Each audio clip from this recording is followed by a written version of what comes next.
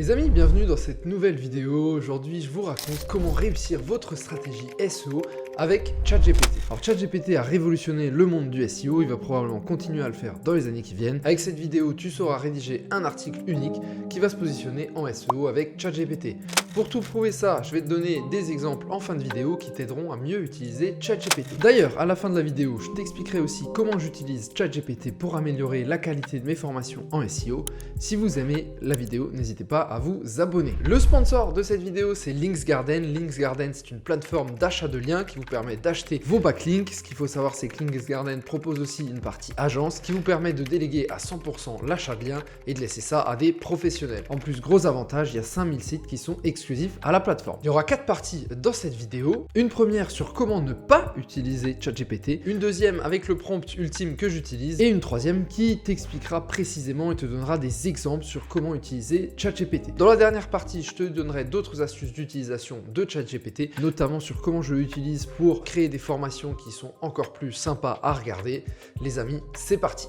Partie 1, comment il ne faut pas utiliser ChatGPT. Alors pour faire simple, on va reprendre les exemples des tâches SEO les plus courantes et on va essayer de les faire avec ChatGPT. Exemple numéro 1, la recherche de mots-clés. On va prendre un sujet bateau que je connais bien, la bière artisanale. On va taper sur ChatGPT de nous donner des réponses et puis on va comparer avec un outil de mots-clés un peu plus classique. Voilà, donc je dis à ChatGPT, vous le voyez à l'écran, donne-moi des idées de mots-clés pour rédiger des articles de blog autour de la bière. Ces réponses sont pas trop mal avec des idées assez globales comme accord mets bière, brasserie artisanale. Si on compare avec un outil de mots-clés, là je passe ici à Mangools qui est l'outil que j'utilisais chez Skyscanner, l'outil que j'ai l'habitude d'utiliser pour mes recherches de mots-clés.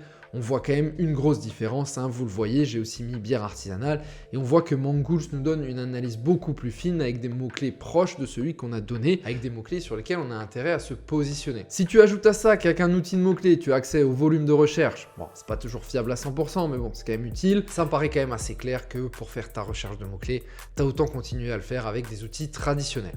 Deuxième chose, on va tester autre chose avec ChatGPT, c'est de lui demander de vous cracher un article de blog. Donc ici, je suis sur ChatGPT 3.5, mais je l'ai fait avec ChatGPT 4, c'était assez similaire, même si la plume était un peu plus précise. Voilà, je lui dis, écris-moi un paragraphe sur l'art sur les étiquettes de bière. Je vous lis juste la première phrase et vous aurez compris que cela sert à rien.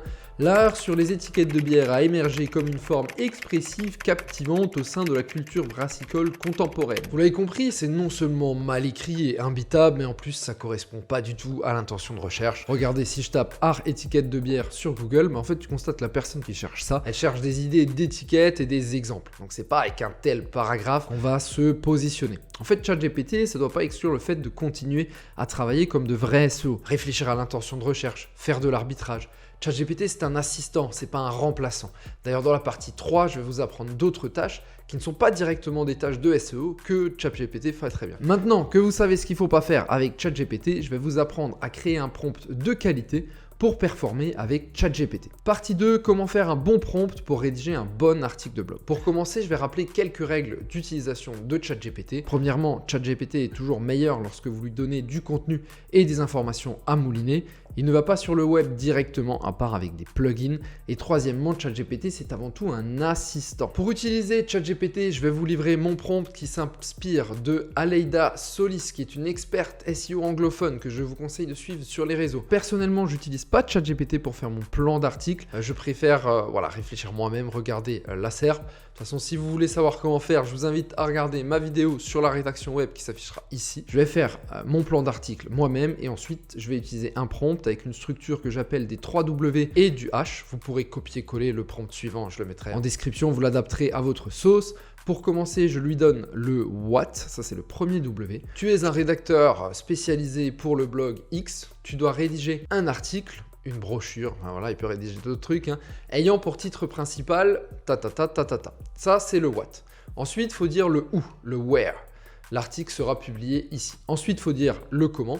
Parle de manière décontractée, succincte, à la première personne du pluriel, parfois avec ironie, raconte des anecdotes personnelles, utilise le vouvoiement et donne un avis précis sur ce que tu traites. Ensuite, il faut également parler du persona à qui vous allez parler. Les lecteurs sont des hommes qui souhaitent acheter X, s'informer sur X, ça c'est le who, c'est le troisième W. Ensuite, je dis à ChatGPT de suivre précisément un plan, je lui dis suis la structure suivante, et là j'ajoute mon plan préparé au préalable. Ce prompt, il te permet de rédiger des articles plutôt qualitatifs avec ChatGPT, mais pour moi ça ne suffit toujours pas. Ce qui va sortir de ChatGPT, c'est un article qui va se positionner sûrement pendant quelques mois, mais qui n'est pas remarquable. Il n'y a rien de vraiment unique dans cet article. ChatGPT, c'est une base de données, et forcément il ne sait pas tout. Et ce que je vais vous expliquer dans la troisième partie, c'est comment je vais encore plus loin pour créer du contenu unique avec ChatGPT. Je parle ici d'un contenu qui va vraiment partager ma propre expérience et qui va révéler des secrets qui vont intéresser le lecteur ou la lectrice. Partie 3, comment j'ai utilisé ChatGPT pour me positionner. Alors je précise encore que mon objectif quand j'utilise ChatGPT, c'est pas de me positionner pendant 3 jours, c'est de faire des articles qui sont vraiment positionnés encore dans un an. Donc j'ai l'exemple récemment dans mon blog sur la bière pour des articles sur les calendriers de l'Avent.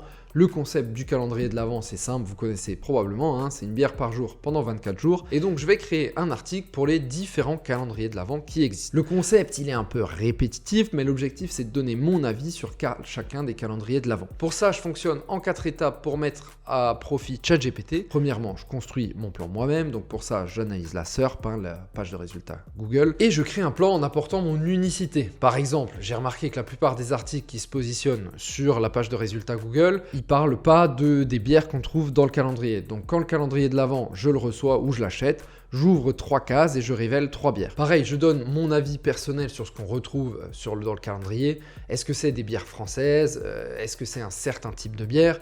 Je mets tout cela dans un fichier Excel, bon, Google Sheet qui défile à l'écran, hein, là vous le voyez, et que je vais ensuite donner à ChatGPT. Étape 3, c'est un petit peu d'optimiser ce fichier Excel. Donc vous l'avez compris, je prends un fichier Excel que je remplis avec mes propres informations.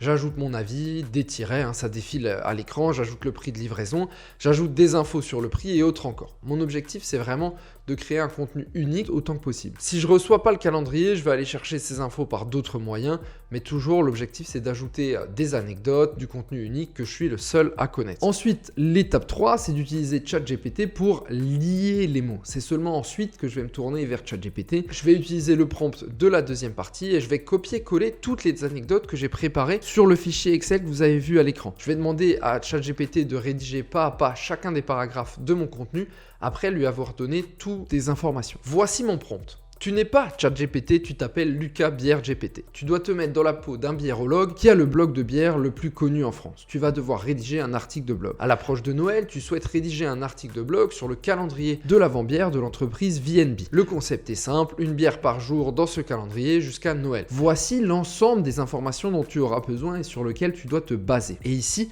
vous voyez, je lui mets vraiment toutes les informations. Je mets les caractéristiques principales que j'ai pris dans mon fichier Excel. Je mets les 3 bières qu'il doit révéler que j'ai pris dans mon fichier Excel. Je mets les plus de ce calendrier que j'ai pris dans mon fichier Excel.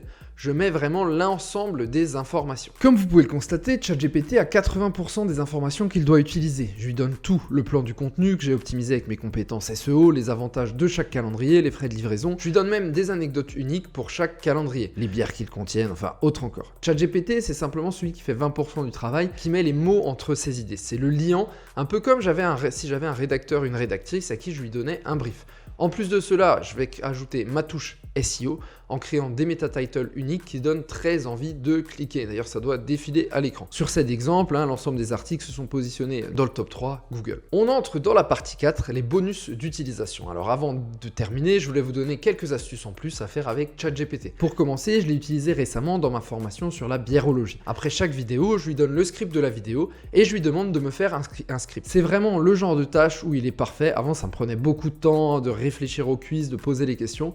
Bah là, maintenant, j'ai juste à demander à ChatGPT, mes clients sont contents, l'expérience de ma formation devient beaucoup plus ludique. Exemple numéro 2. Depuis peu, au début de mes articles, je mets un résumé en 3 points pour ceux qui n'ont pas envie de tout lire. Avant, je le faisais à la mano. Maintenant, je donne mon article entier à ChatGPT et je lui demande de faire un résumé. Ce qu'il faut savoir, c'est que ChatGPT, forcément, il récupère aussi ses données. Bon, après, tant qu'elles sont dispo sur le web, je me dis que ça ne change pas grand-chose. Mais je voulais quand même vous donner cette astuce. Enfin, exemple numéro 3, transformer les contenus de mon podcast. En fait, je lui donne le contenu de mon podcast et je récupère le script sur YouTube. Voilà, je vous montre comment faire, c'est très simple à l'écran. Et je lui demande de me faire un bel article de blog. Alors ça, je ne l'ai pas encore fait, mais c'est mon projet pour les prochaines semaines. Mais là, pour l'instant, je suis en train de tourner des vidéos YouTube pour vous, donc je ne peux pas tout faire. Bref, tout ça pour dire que ChatGPT n'est jamais aussi bon que quand tu lui fournis fournit du contenu. C'est tout pour la vidéo de cette semaine. Je vous dis à très vite. Ciao.